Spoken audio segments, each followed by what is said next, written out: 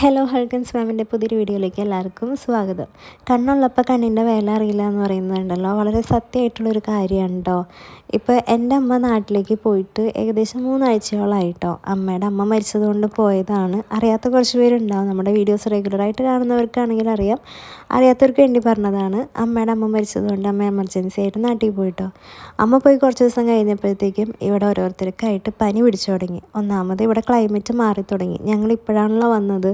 അപ്പോൾ ഒരു വയ്യാഴി നമ്മൾ പ്രതീക്ഷിച്ചിട്ടുണ്ടായിരുന്നു, പക്ഷെ അത് കറക്റ്റ് ഈ ഒരു സമയത്ത് തന്നെ വരുമെന്ന് നമ്മൾ ഒട്ടും വിചാരിച്ചിട്ടുണ്ടായിരുന്നില്ല കേട്ടോ. അപ്പോൾ ആദ്യം ഏതമോന് വന്ന് മെഡിസിനൊക്കെ സ്റ്റാർട്ട് ചെയ്ത് ദൈവാനുഗ്രഹം കൊണ്ട് ഒരു ദിവസം കൊണ്ട് അത് റിക്കവർ ആയിട്ടുണ്ടായിരുന്നു. പിന്നെ എനിക്കാണ് വയ്യാണ്ടായത്. പൊതുവേ എനിക്ക് വയ്യാണ്ടായി കഴിഞ്ഞാൽ ഞാൻ പിന്നെ ആ ബെഡിൽ നിന്ന് അനങ്ങില്ലായിരുന്നു. അതായത് എൻ്റെ വീട്ടിലാണെന്നുണ്ടെങ്കിൽ ഞാൻ പിന്നെ ആ ബെഡിൽ നിന്ന് അനങ്ങില്ല. എനിക്കെല്ലാവരും പപ്പയും അമ്മയും കൊണ്ടുതരായിരുന്നു. കാല് പിടിച്ച് ഒഴിഞ്ഞു തരാനും തല പിടിച്ച് തരാനും ഒക്കെ പപ്പയും അമ്മയും മാറി മാറി ഉണ്ടാവുമായിരുന്നു കേട്ടോ. പക്ഷെ ഇവിടെ വന്നു കഴിഞ്ഞപ്പോൾ ഞാൻ ശരിക്കും അത് മനസ്സിലാക്കി. അതായത് എനിക്ക് വയ്യാണ്ടായി കഴിഞ്ഞപ്പോൾ എനിക്കുള്ളിലൊരു ബോധമുണ്ട്, ഞാൻ തന്നെ എല്ലാ കാര്യങ്ങളും ചെയ്തേ പറ്റുള്ളൂ, എനിക്ക് പകരം വേറെ ആരും ഇല്ല ചെയ്യാനായിട്ട്. മക്കളെ നോക്കാനും ബാക്കിയുള്ള കാര്യങ്ങളൊക്കെ ഞാൻ തന്നെ ചെയ്യണം. അപ്പോൾ കിടന്നു കഴിഞ്ഞാൽ ശരിയാവില്ല എന്നുള്ള എനിക്കുള്ള ഒരു ബോധം കാരണം അത്രയും വയ്യാണ്ടിരുന്നിട്ട് പോലും ഞാൻ എല്ലാ കാര്യങ്ങളും ചെയ്തു. അപ്പം ഞാൻ ചിന്തിച്ചൊരു കാര്യമുണ്ട് കേട്ടോ, ഞാനൊക്കെ എത്ര ലക്കിയാണ് എന്നാണ് ഞാൻ ചിന്തിച്ചിട്ടുണ്ടായിരുന്നത്. ഇപ്പം ഞാൻ വീട്ടിലാണെങ്കിലും ഇവിടെ ആണെങ്കിലും ഇപ്പം എനിക്ക് വയ്യാണ്ടായപ്പോൾ തുടങ്ങി ചാച്ചനാണെന്നുണ്ടെങ്കിൽ ജോലിക്ക് പോയാൽ തന്നെ പെട്ടെന്ന് ആൾ തിരിച്ചു വരും. ഞാൻ കിടക്കുകയാണെന്നുണ്ടെങ്കിൽ ആൾ ബാക്കി കാര്യങ്ങൾ നോക്കും, എന്നെ കിടത്തിയിട്ട് പിള്ളേരെ നോക്കും. അതായത് ആൾക്ക് ജോലിക്ക് പോകണം, അതേപോലെ വീട്ടിലെ കാര്യങ്ങളും നോക്കും. രണ്ടും നോക്കുമായിരുന്നു. എനിക്ക് വീട്ടിലെ കാര്യങ്ങളും മാത്രം പിള്ളേരെ കാര്യങ്ങളും മാത്രം നോക്കിയാൽ മതി. പക്ഷെ എനിക്ക് വയ്യാണ്ടായി കഴിഞ്ഞപ്പോൾ ആളെല്ലാ കാര്യങ്ങളും ജോലിക്ക് പോക്കും പിള്ളേരെ നോക്കലും എല്ലാ കാര്യങ്ങളും ചെയ്യായിരുന്നു. അപ്പം ഞാൻ ആലോചിച്ചൊരു കാര്യം എന്ന് പറഞ്ഞു കഴിഞ്ഞാൽ, എന്നെ എൻ്റെ പപ്പ എങ്ങനെയാണോ നോക്കിയിട്ടുണ്ടായിരുന്നത് അതേപോലെ തന്നെയാണ് എൻ്റെ കെട്ടിയോൻ എന്നെ നോക്കുന്നത് എന്നുള്ള കാര്യമാണ്. എന്നാൽ പോലും ചാച്ചന് ഫുൾ ടൈം വീട്ടിൽ തന്നെ ഇരിക്കാൻ പറ്റില്ലല്ലോ, ജോലിക്കും പോകണമല്ലോ. അത് കാരണം തന്നെ എൻ്റെ വയ്യാഴിയൊക്കെ ഞാനൊന്ന് സൈഡിലേക്ക് മാറ്റി വെച്ചിട്ട് ഉള്ള ആരോഗ്യത്തിൽ തലയൊക്കെ പൊന്തിച്ച് എണീറ്റ് നടന്ന് എല്ലാ കാര്യങ്ങളും ചെയ്യുമായിരുന്നു. നമ്മുടെ പാരൻസിനൊക്കെ വയ്യാണ്ടായിട്ടുണ്ടെങ്കിൽ പോലും അവർ എണീറ്റ് എല്ലാ കാര്യങ്ങളും ചെയ്ത് നമുക്ക് വെച്ചുണ്ടാക്കി തരാനും നമ്മൾ ജോലിക്ക് സ്കൂളിലോ എവിടെയാണ് വിടേണ്ടതെന്ന് വെച്ചാൽ അവിടെ വിടാനും ഒക്കെ നമ്മുടെ പാരൻസ് മുൻകൈ എടുക്കുമല്ലേ. അവർക്ക് വയ്യ എന്നുണ്ടെങ്കിലും അവർക്ക് റെസ്റ്റ് എടുക്കണമെന്ന് ആഗ്രഹം ഉണ്ടെങ്കിൽ പോലും അവരത് ചെയ്യില്ല, കാരണം അവർക്ക് പ്രയോറിറ്റി നമ്മളാണ്. അതേപോലെ തന്നെയാണ് ഇപ്പോൾ എനിക്ക് പ്രയോറിറ്റി മക്കളാണ്, ഹസ്ബൻഡാണ്. അതേപോലെ തന്നെ ഹസ്ബൻഡിനും പ്രയോറിറ്റി ഞാനാണ്, മക്കളാണ്. അപ്പം ഞങ്ങൾക്ക് വയ്യാണ്ടായി കഴിഞ്ഞാൽ ഞങ്ങൾ അങ്ങോട്ടും ഇങ്ങോട്ടും മാറി മാറി എല്ലാ കാര്യങ്ങളും ചെയ്യുന്ന കാരണം നമുക്ക് കുറച്ചെങ്കിലും ഒരു സമാധാനം സന്തോഷത്തോടു കൂടി പോകാൻ പറ്റുന്നുണ്ട്. എൻ്റെ പനിയാണെന്നുണ്ടെങ്കിൽ ഇതുവരേക്കും മാറിയിട്ടില്ല, ഏകദേശം ഒരാഴ്ചയിന് മേലെ എന്തോ ആയിട്ടുണ്ട്. ഏതമോന് പനി വന്ന് മാറി എങ്കിലും എനിക്ക് വന്നതിന് ശേഷം വീണ്ടും ഏതപ്പന് പനി വന്നിട്ടുണ്ടായിരുന്നു. അവൻ്റെ നിന്ന് ഡൂണൂനും കിട്ടി. അങ്ങനെ 2 പേർക്കും വയ്യാണ്ടായി കഴിഞ്ഞപ്പോഴത്തേക്കും ഞാനും ചാച്ചനും ഏകദേശം സൈഡായിട്ടുണ്ടായിരുന്നു.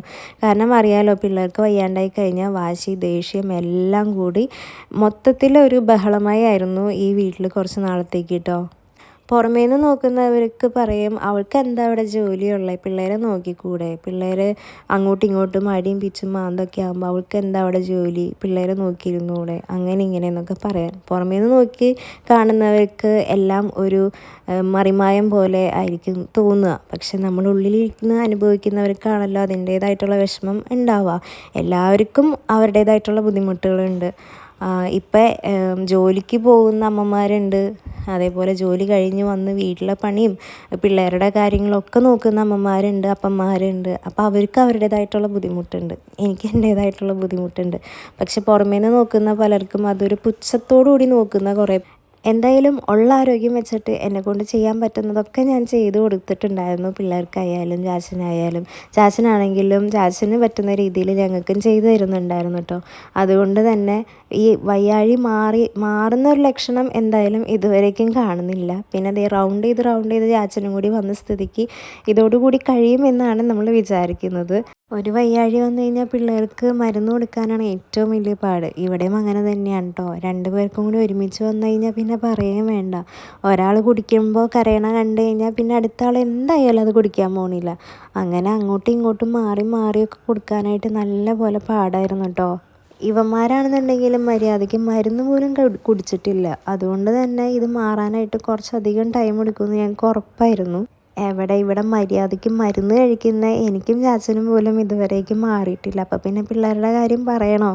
അതുപോലെ തന്നെ ഫുഡ് കഴിക്കലൊക്കെ ഭയങ്കര കുറവായിരുന്നു. ഇപ്പം ഞാൻ ഈ ഉണ്ടാക്കുന്ന അവക്കാഡോ ഷേക്കില്ലേ, അതാണ് ഏറ്റവും കൂടുതൽ ഇവർക്ക് ഇഷ്ടമുള്ള ഒരു ഷേക്ക് എന്ന് പറഞ്ഞിട്ടുണ്ടെങ്കിൽ. പിന്നെ ആകെ കുടിക്കുന്നത് വാട്ടർമെലൺ ജ്യൂസാണ് കേട്ടോ. ഇത് രണ്ടുമാണ് ഡെയിലി മിക്കപ്പോഴും കൊടുക്കാറുള്ളതും ഇവന്മാർ വേണമെന്ന് പറഞ്ഞ് ഇങ്ങോട്ട് വന്ന് ചോദിക്കുന്ന ഒരു സംഭവം കൂടി. അതല്ലാണ്ട് വേറൊരു സാധനം ഇവന്മാർ മര്യാദയ്ക്ക് കഴിക്കുന്ന പോലും ഉണ്ടായിരുന്നില്ല.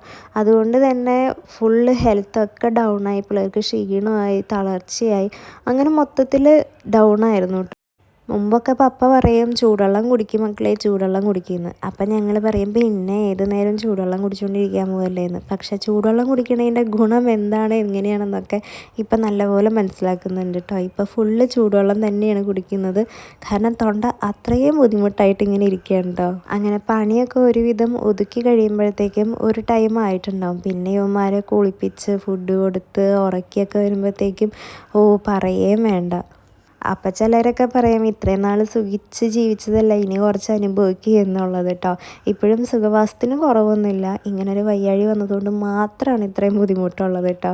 പിന്നെ ഞങ്ങൾക്ക് മെയിനായിട്ടുള്ളൊരു പ്രശ്നം എന്ന് പറഞ്ഞു കഴിഞ്ഞാൽ ഇതാണ്, ഉറക്കി കഴിഞ്ഞ് കഴിഞ്ഞാൽ താഴെ കിടത്തി കഴിഞ്ഞാൽ അപ്പോഴത്തേക്ക് എണീക്കും കേട്ടോ.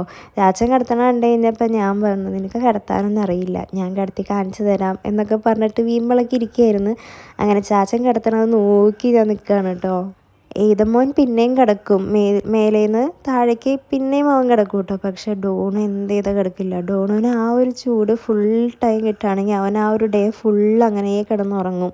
അതെല്ലാം നമ്മൾ താഴെ കിടത്തുകയാണെന്നുണ്ടെങ്കിൽ ഒരു രക്ഷ ഉണ്ടാവില്ല, അപ്പം തന്നെ എണീക്കും കേട്ടോ. അതുപോലെ തന്നെ അതേ ചാച്ചൻ കിടത്തി കഴിഞ്ഞപ്പോൾ എണീറ്റ് കുറേ നേരം ചാച്ചൻ ഇതേപോലെ എടുത്തുകൊണ്ട് നടക്കണ് ഉറക്കണ് ഒക്കെ. ഏതമോനാണെന്നുണ്ടെങ്കിൽ അപ്പോഴത്തേക്കും കിടന്ന് ഉറങ്ങിയിട്ടുണ്ടായിരുന്നു കേട്ടോ. പക്ഷെ ഡോണു ഒരു രക്ഷയില്ല. ചാച്ചൻ നേരെ കിടക്കാമെന്നൊക്കെ വിചാരിച്ച് അതും പറ്റുന്നുണ്ടായിരുന്നില്ല കേട്ടോ. അവനൊരു തോള് കിട്ടിക്കഴിഞ്ഞാൽ അത്രയും സന്തോഷം. അതാണ് ഡോണുവിൻ്റെ ഒരു ക്യാരക്ടർ. പക്ഷേ ഏതമോൻ അങ്ങനെയല്ല, ഉറക്കം വന്നു കഴിഞ്ഞാൽ എവിടെയായാലും കിടന്നുറങ്ങിക്കോളും. ചാച്ചൻ്റെ നടു ഏതാണ്ടൊക്കെ ഒടിഞ്ഞ സ്ഥിതി ആയിട്ടുണ്ട്. കാരണം കുറേ നേരമായി.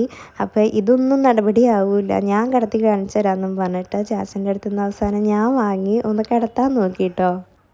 പക്ഷേ എനിക്കൊരു ഹോപ്പ് ഉണ്ടായിരുന്നു ഞാൻ കിടത്തി കഴിഞ്ഞാൽ കിടക്കുമെന്ന്. കാരണം ഞാനങ്ങനെ കിടത്താറുണ്ട്. പിന്നെ കൂടുതലും അവന് ഫീഡ് ചെയ്ത് ഉറക്കണയാണല്ലോ, ഇങ്ങനെ കിടത്തൽ ഞാൻ കുറവാണ്. പക്ഷെ ഞാൻ കിടത്തിയിട്ടും വലിയ കാര്യമൊന്നും ഉണ്ടായിരുന്നില്ല കേട്ടോ. ചെക്കൻ അപ്പോഴത്തേക്കും എണീറ്റ്. അപ്പം ഇത്രയൊക്കെയുള്ള വിശേഷങ്ങൾ. നമുക്കിനി അടുത്ത വീഡിയോ കാണുമ്പോഴേക്കും താങ്ക്സ് ഫോർ വാച്ചിങ്. ബൈ.